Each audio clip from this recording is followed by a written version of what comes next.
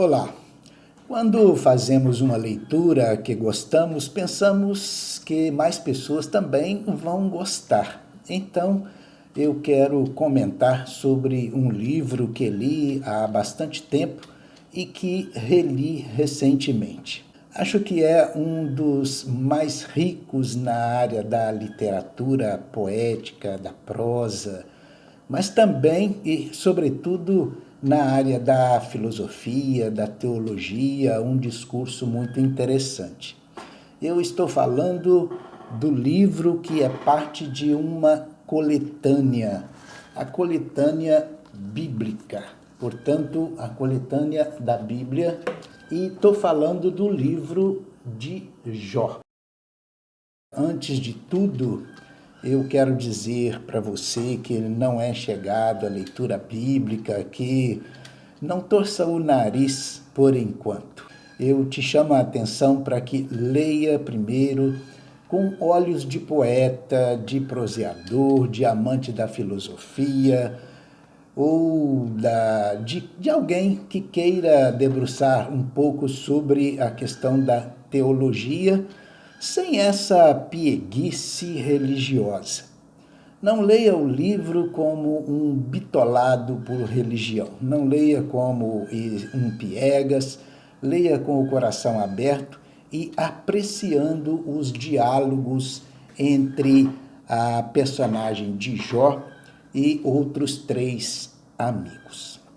Bom, mas antes de falar um pouco sobre o livro em questão, eu quero solicitar, apelar mesmo, que você se inscreva no nosso canal, toque no sininho para receber notificações de novos vídeos.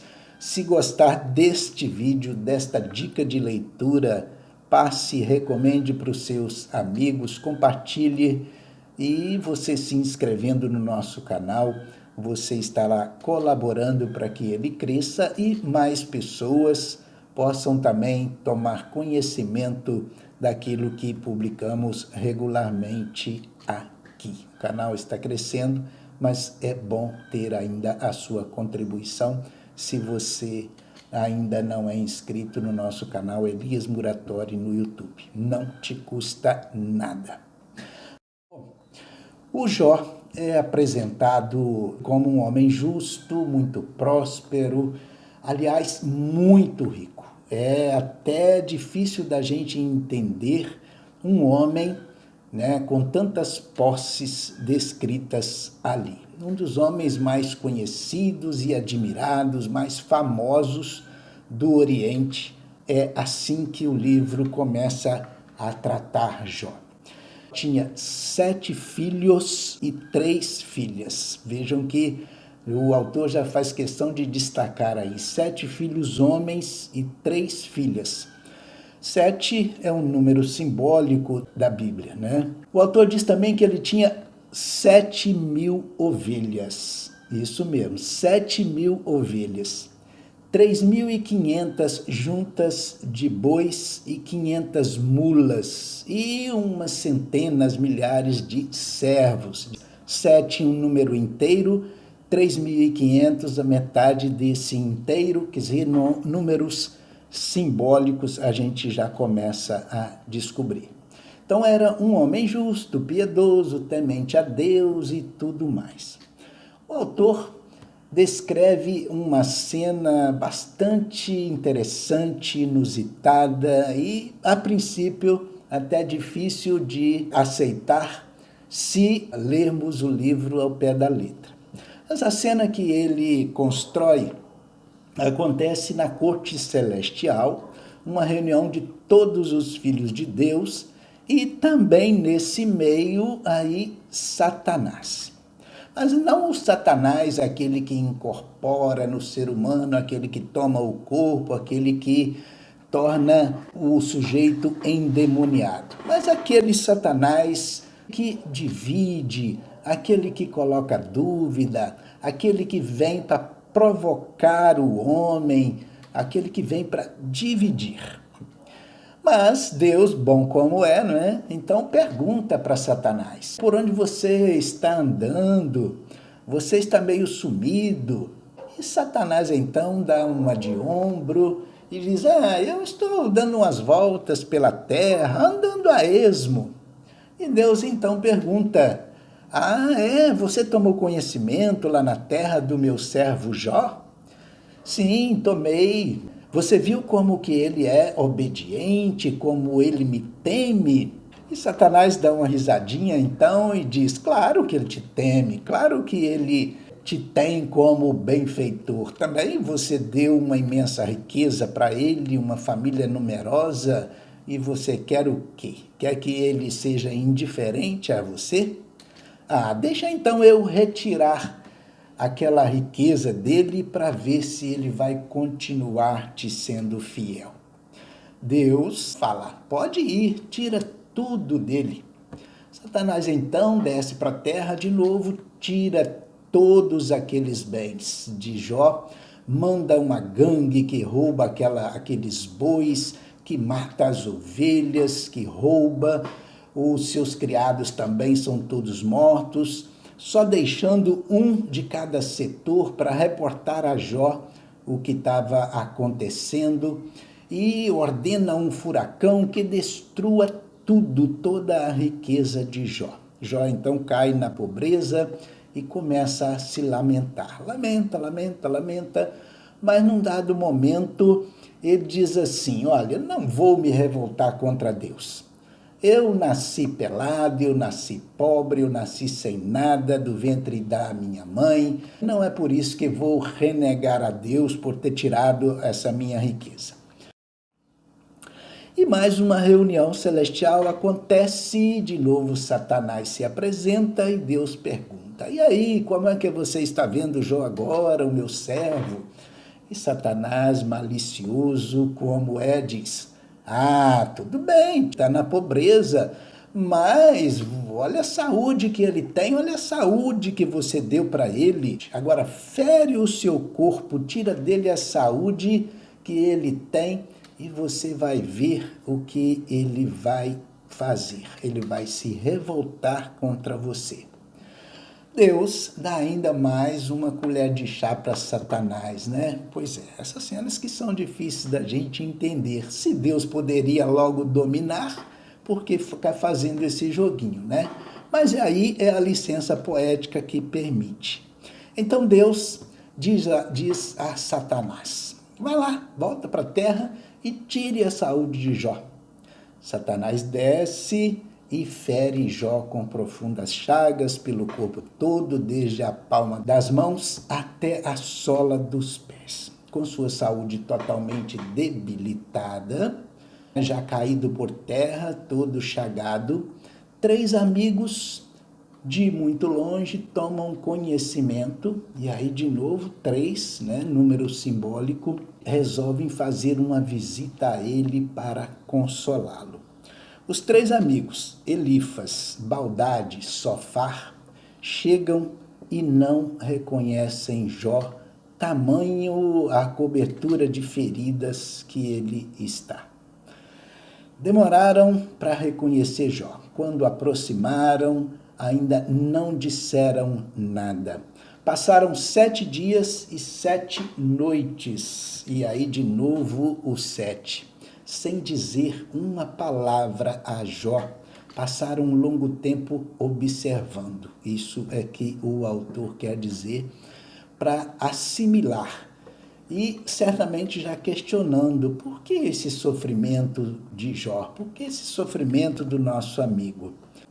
Quando então Jó começa por se lamentar, dizendo, porque eu não morri logo no ventre da minha mãe? Porque eu não pereci antes de sair das suas entranhas? Por que os seus seios me amamentaram? Porque eu não fui enterrado como um aborto? Ai de mim, coitadinho, coitadinho, coitadinho. Lamentações que às vezes nós conhecemos muito bem do ser humano, não é? Quando cai a doença, o ser humano começa então a se lamentar, ai, coitadinho de mim, como que eu sofro, eu não merecia isso. É quando um dos amigos, o Elifas, começa a dizer alguma coisa. Olha, se eu te falar alguma coisa, você vai me dar ouvido? Você vai me escutar? Então, olha, você era um homem bom que ajudava todo mundo, animava todo mundo, um homem que fazia levantar quem tropeçava, você reanimava aqueles que reclamavam e agora fica aí vacilante. Começa então um discurso, um longo discurso. A princípio, para levantar o astral de Jó, né, nesse discurso até legal, até interessante. Só que aí acontece que ele cai numa ciladinha, que começa a duvidar de que Jó não tenha feito nada de mal para sofrer tanto. Embala, então, num discurso piegas, moralista, de tal forma que começa a querer colocar na cabeça de Jó todas as dúvidas. E diz, olha, se você está sofrendo o que está sofrendo, certamente é porque deve ter feito algo de errado. E por isso está sendo punido. Ele mostra ou quer mostrar para Jó uma visão daquela teologia da prosperidade, a teologia da retribuição. Ou seja, se você age como Deus quer, se você age perfeitamente, você é retribuído com coisas boas. Se você pensa um pouquinho diferente, se você coloca qualquer coisa em questionamento, você é punido. E nessa longa pregação enfadonha faz uma série de recomendações a Jó, de que ele tem que aceitar sem questionar, tem que aceitar aquilo que vem do alto, porque quem é o homem para querer entender as coisas de Deus?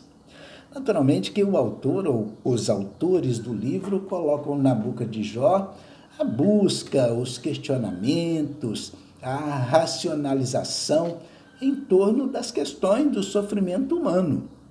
E é justo que Jó queira entender o porquê daquele sofrimento todo. E quando Jó retoma a palavra, começa por questionar. Eu sempre fui um homem bom, sempre observei as leis, então por que Deus me pune dessa forma? E diz ao amigo Elifas, eu guardei silêncio, eu fiquei calado com o seu discurso. Agora me faz ver onde eu me equivoquei, me mostre onde eu estou errado. Como podem ser ofensivas a Deus minhas palavras, meus questionamentos, meu querer saber o porquê eu estou nesse sofrimento? E aí o diálogo segue quente entre aqueles amigos, cada um fazendo um discurso em sua hora, muito educadamente, como que pedindo licença para agredir um ao outro. Como não é meu objetivo ficar aqui descrevendo ou falando sobre cada passagem, eu quero dizer que todo o livro segue uma tentativa muito boa de se discorrer sobre aquilo que é próprio do homem e sobre aquilo que é próprio de Deus. Aquilo que a gente deve também querer, de descobrir verdades, né, de filosofar, questionar, de tratar a teologia de forma mais racional. É imensamente rica a discussão. Jó não é aquela personagem mansinha, dotada de toda a paciência do mundo, como nos foi ensinado lá no catecismo e como é lembrado até hoje, né? Ao contrário, é alguém questionador, alguém que quer entender as razões de seu sofrimento, as razões de ele estar no mundo.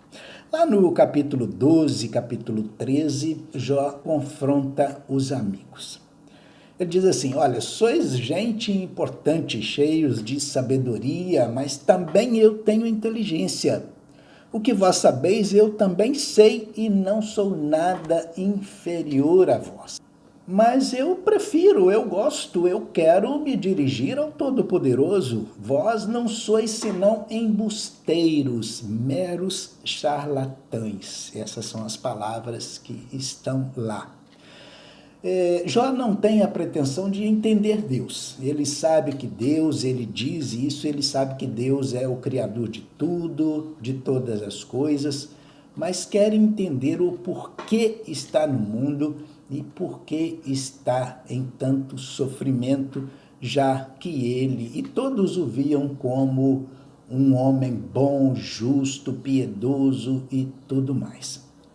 Jó diz mais ou menos assim: não estou renegando o poder de Deus, mas querendo entender por que estou nessa situação. Então o diálogo, os discursos hiper interessantes, muito ricos, poeticamente, filosoficamente, teologicamente, e esquentam tanto que um jovem, o tal de Eliú, filho de Baraquel, de Bus, da família de Ram, e veja que deve ter sido um jovem muito instruído, estudado, um jovem muito conhecido, certamente da sociedade, porque para o autor discriminar o nome dele dessa forma, Eliú, filho de Baraquel, filho de Bus, da família de Ram, ele estava na plateia e certamente já um grande número de pessoas já rodeavam aquela discussão.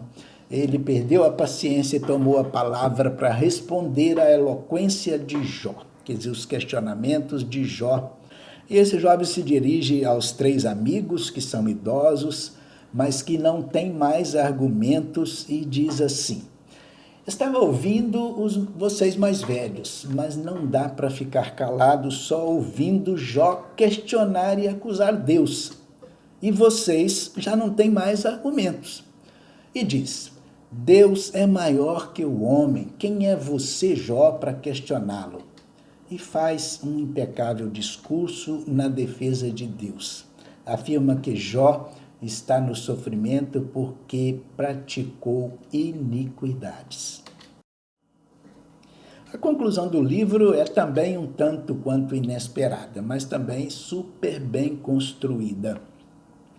Depois da apresentação de Eliú, o tempo fechou, e literalmente fechou, escureceu, o sol desapareceu, e depois, num clarão, o autor faz surgir o próprio soberano para responder diretamente a Jó. E o soberano Deus, então, pergunta: quem é esse que ofusca a providência com palavras sem sentido? E aí ele tece um rosário, 1 ou 2 capítulos de perguntas, afirmações sobre os feitos da criação e pergunta o que Jó sabe disso tudo.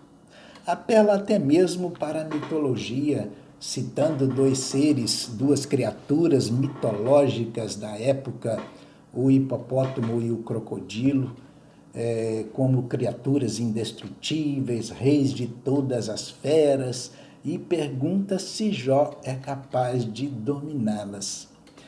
Então, Jó, humildemente, aí reconhece, toma a palavra e se retrata.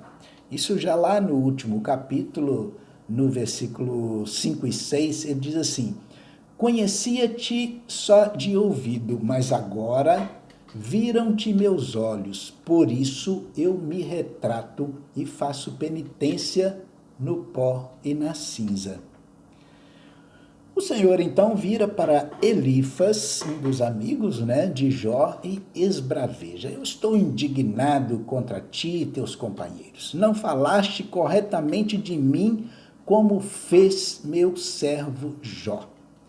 Tomai 7 novilhos e 7 carneiros e ofereçam em holocausto a favor de Jó. 7 novilhos, 7 carneiros, de novo, número simbólico. Em atenção a ele, eu não farei, não tratarei como merecem, por não ter falado corretamente de mim, como fez Jó. E o autor encerra o livro afirmando que Deus mudou a sorte de Jó e duplicou todas as suas posses. Portanto, eu recomendo essa leitura, valerá muito para entendermos um pouquinho dessa teologia da prosperidade, teologia da retribuição que andam pregando por aí e muitas vezes na boca de charlatães. Sem contar que é um texto muito rico, muito poético. Então, gostou do vídeo? Gostou da dica de leitura? Passe para frente, compartilhe, se inscreva no canal e toque no sininho. Até o próximo vídeo, se Deus quiser. Até a próxima dica. Um abraço.